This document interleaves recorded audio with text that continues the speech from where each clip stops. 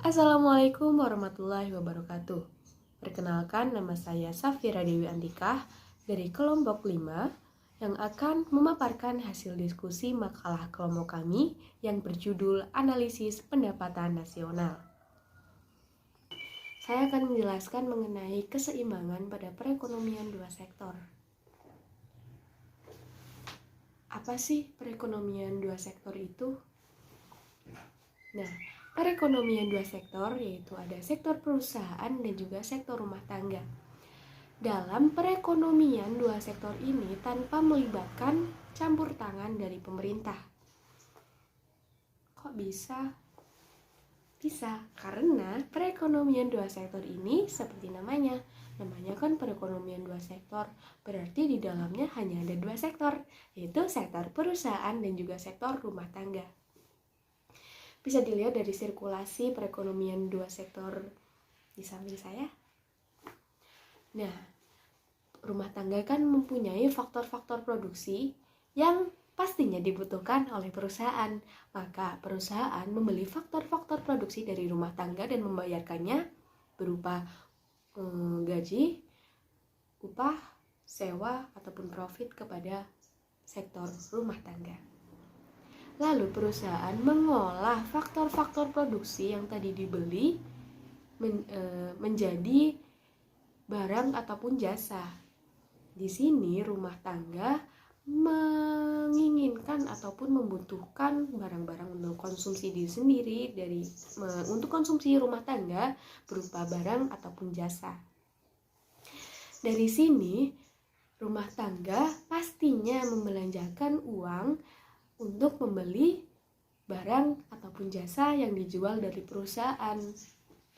Apabila rumah tangga membelanjakan seluruh uangnya untuk membeli barang dan jasa dari perusahaan, maka perekonomian dua sektor ini dapat dikatakan dalam keadaan seimbang.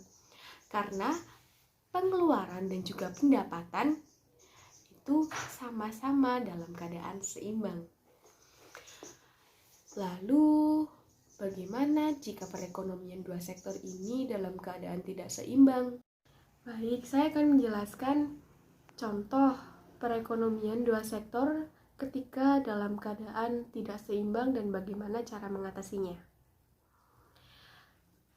Perekonomian dua sektor, contoh dalam keadaan tidak seimbang ketika rumah tangga tidak membelanjakan seluruh uang yang mereka punya untuk membeli barang dan jasa dari perusahaan. Itu dapat dikatakan dalam keadaan tidak seimbang karena pengeluaran dan pendapatan itu tidak sama atau tidak seimbang.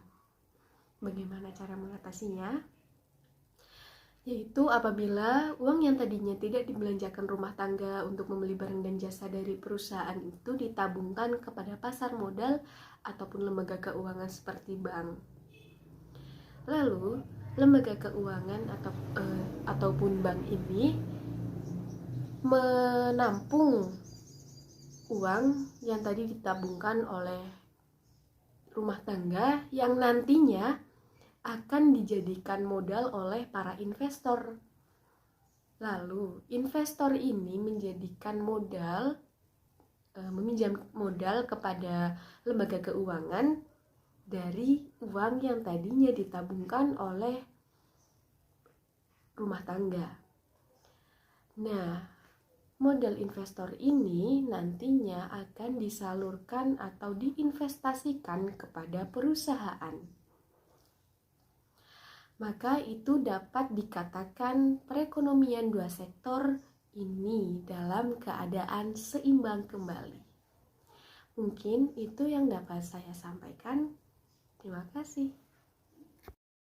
Baik, saya Tia, NIM 2017-2011-02 akan menjelaskan sedikit materi mengenai perekonomian tiga sektor atau perekonomian dengan kebijakan fiskal. Perekonomian tiga sektor pemasukan pelaku ekonomi yaitu rumah tangga konsumen, rumah tangga perusahaan, dan pemerintah.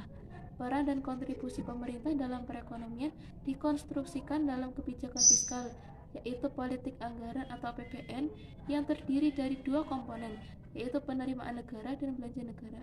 Sehingga dikatakan bahwa perekonomian tiga sektor adalah perekonomian dengan kebijakan fiskal, karena peran dan kontribusi pemerintah dalam mengatur dan mengarahkan perekonomian dilakukan dengan mengendalikan pos-pos yang ada pada sisi penerimaan negara maupun dari sisi belanja pemerintah.